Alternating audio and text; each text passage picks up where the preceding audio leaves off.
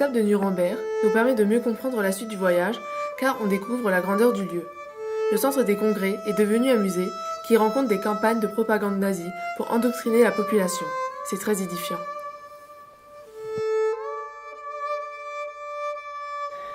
Arrivés au pouvoir, les nazis se réuniront à Nuremberg chaque année de 1933 à 1945 avec le soutien du chef régional du parti Julius Streicher. Les congrès du parti nazi attiraient près d'1 million de personnes et duraient toute une semaine.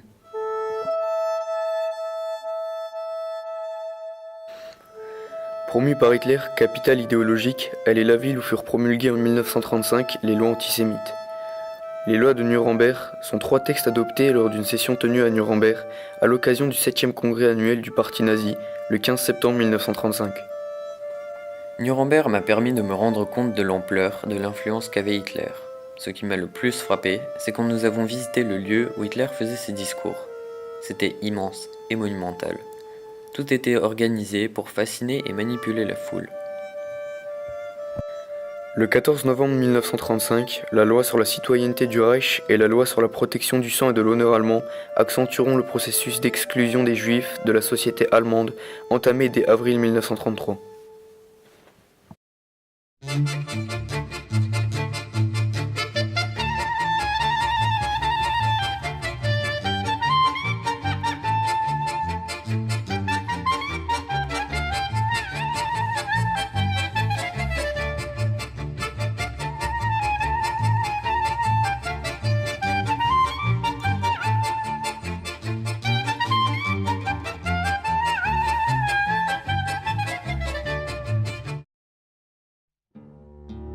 Le quartier Joseph est un quartier de la vieille ville de Prague. Il servit de ghetto juif durant la Seconde Guerre mondiale. Sous le Troisième Reich, les nazis souhaitent faire de ce quartier Joseph un musée exotique d'une race éteinte. Ils rapportèrent d'ailleurs des objets issus de pillages des synagogues de toute l'Europe centrale afin qu'ils y soient exposés.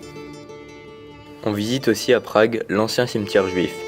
Il a été fondé au milieu du XVe siècle. Il s'agit du plus vieux cimetière juif d'Europe. En 1787, il cesse d'être utilisé par décision de l'empereur Joseph II, celui-ci ne souhaitant plus que l'on enterre les morts dans les quartiers résidentiels. Environ 12 000 pierres tombales y cohabitent.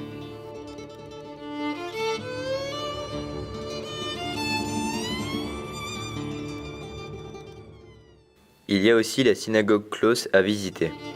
Elle est une synagogue baroque datant de 1694 et remaniée en 1884. Elle abrite une exposition consacrée aux traditions et coutumes juives. La synagogue Pinkas, elle, est bâtie en 1535. Après la Seconde Guerre mondiale, elle fut transformée en mémorial des Juifs de Bohême-Moravie, assassinés par les nazis. Les murs sont recouverts de 80 000 noms des victimes tchécoslovaques de la Shoah. Voir des dessins d'enfants déportés m'a vraiment attristé. Ils représentaient leur quotidien, des gardiens, parfois des trains. Souvent, ils traduisaient leurs angoisses.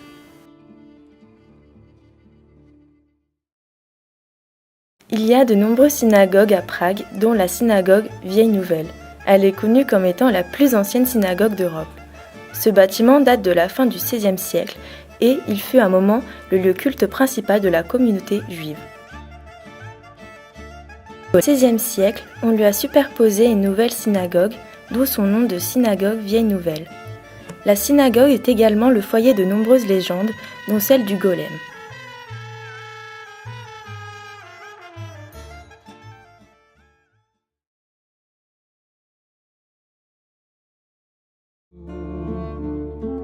Ingele, was wächst all mit Hochem, los ganze Nacht der Mame nicht zur Ruhe. À Cracovie, j'ai été marqué par la place avec toutes ces chaises. J'ai trouvé ça intéressant comme façon de symboliser les victimes. Les grandes chaises représentaient les adultes et les petites les enfants. On peut aussi visiter à Cracovie le musée Schindler qui se trouve à l'emplacement de son usine. Oskar Schindler est connu pour avoir sauvé la vie de près de 1200 juifs pendant l'Holocauste, en les employant dans ses usines d'armement en Pologne occupée et en République tchèque. Son histoire est racontée dans le roman La liste de Schindler, sorti en 1982 et écrit par Thomas Keneally, puis dans son adaptation cinématographique réalisée par Steven Spielberg en 1993. Le musée Schindler est intéressant car toutes sortes de choses y sont exposées et on peut y voir une reconstitution d'une planque juive, ce qui est très poignant. C'est dommage que la pancarte de l'usine ait été retirée et que l'usine ne soit pas restée telle qu'elle était. Cependant, le parcours et les explications de la guide permettent de bien imaginer le contexte.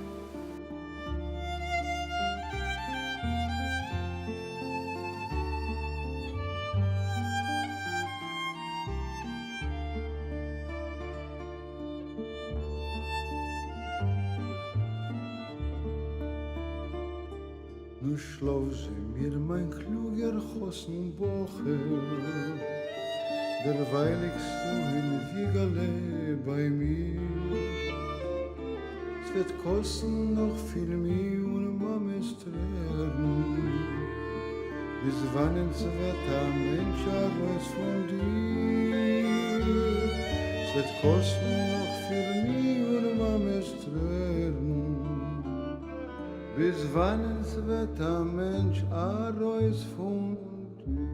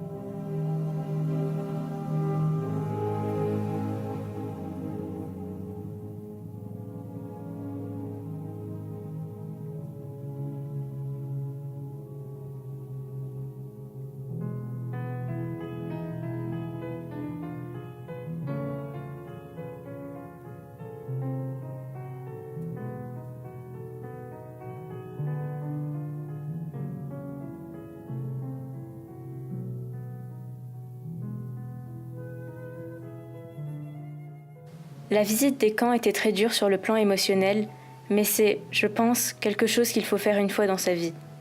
Voir les visages des déportés sur les photos rendait ça plus réel pour nous. Grâce aussi à la guide, nous avions beaucoup plus de précision sur la vie dans les camps, sur ce que les déportés ressentaient. Ce discours nous éclairait sur les conditions de vie dans ce camp. Environ 15 000 détenus résistants de différentes nationalités, dont de nombreux Polonais et des Juifs y étaient enfermés. L'entrée dans le camp se fait par un portail qui porte l'inscription « Le travail rend libre », écrit en allemand. À Birkenau, les nazis ont mis en place la plupart des installations servant à l'extermination.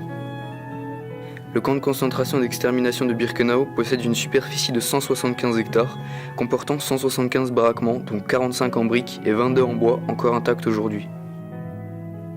Les déportés, hommes, femmes et enfants, arrivés de toute l'Europe, entassés par centaines dans des wagons de marchandises verrouillés pendant le trajet. Ils ne recevaient ni à boire, ni à manger, n'avaient aucune toilette à leur disposition.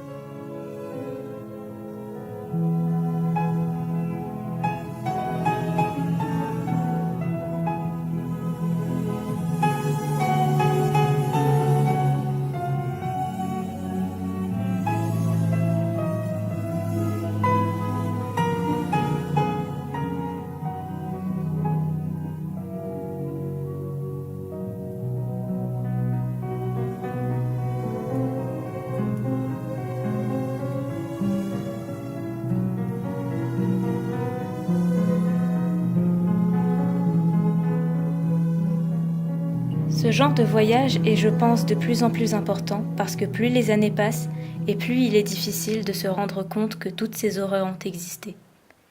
Il faut donc qu'en tant qu'élèves, nous continuions grâce à ces voyages à prendre conscience de tout ça pour que le devoir de mémoire continue.